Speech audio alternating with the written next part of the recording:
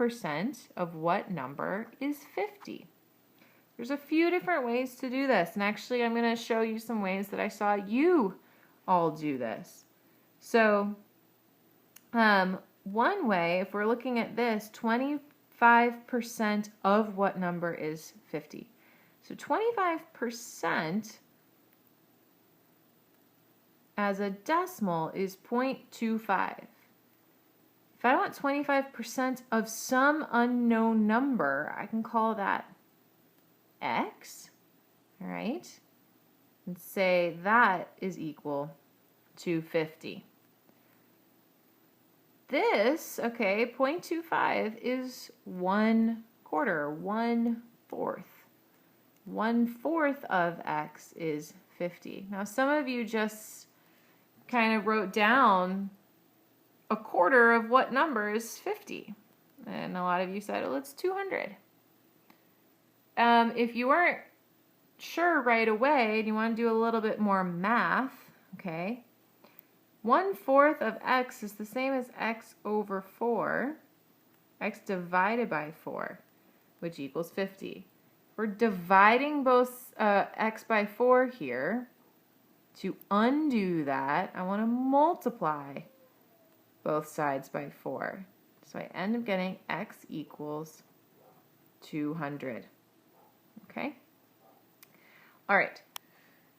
Part B, 3/25 as a decimal, express 3/25 as a decimal and as a percent. Percents are out of 100. So this is actually what a lot of you did. You said, well, 3/25 is what out of 100?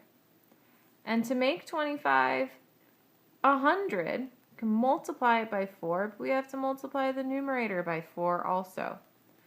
So 3/25, there's 4/25 in 100, so there's 4/3 here, or 4 3s, or 12 out of 100. Okay. 12 out of 100. If you got 12 out of 100 on a test, your percentage is 12%. Also, if we think about this as a decimal, 12 divided by 100 is 0.12. Some of you remembered, oh, I divide by 100, it has 2 zeros, so I take the decimal point and I move it 2 spaces to the left. That's fine as well. Okay. Last part, just some solving for x, getting x by itself for these funky equations that involve distribution. Big thing here, big red flag, a negative.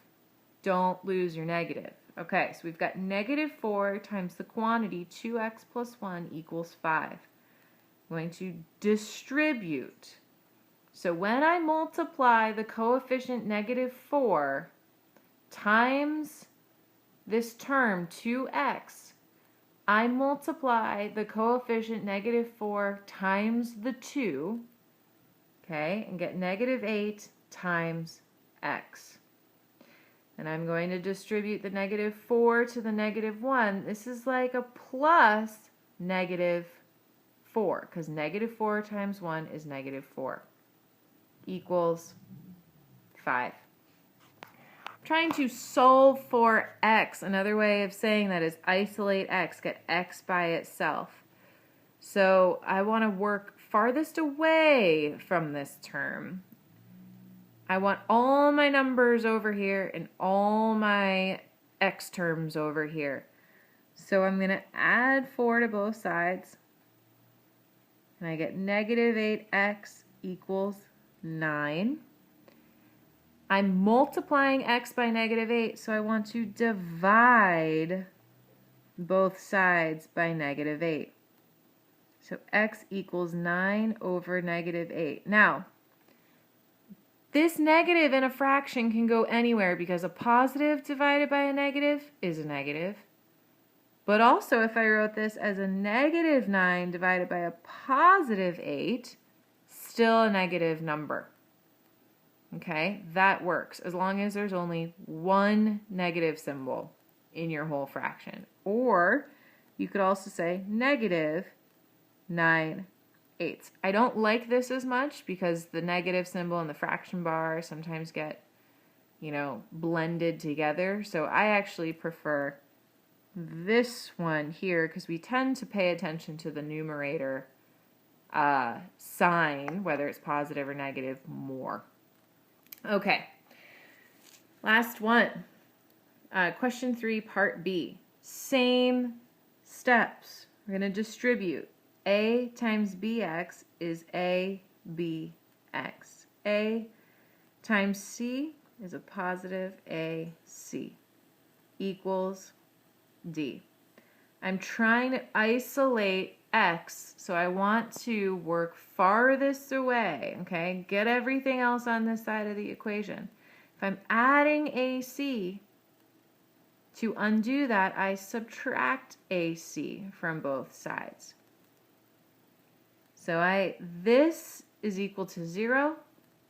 So I have a bx plus 0, or just a bx, equals d minus ac. These are not like terms. Okay? They are not like terms. They don't have the same variables. I cannot combine them or simplify them further.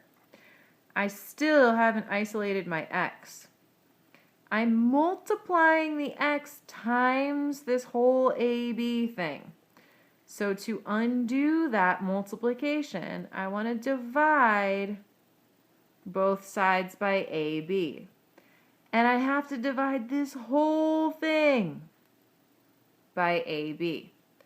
So x equals d minus ac, that whole quantity divided by AB. Now I could have, let me just show you another way to do this. If I had ABX equals D, oh, there's a little groove in the table. D, what's going on here? Yes, okay, here we go. Sorry about that. If I have ABX equals D minus AC, and I divide this by AB, I can divide this by AB and this by AB. Okay? That's another way to do this. So x equals D over AB minus AC over AB.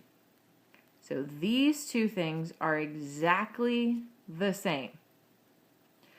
Think about it numerically as like 1, or let's say 4 minus 3 over 2.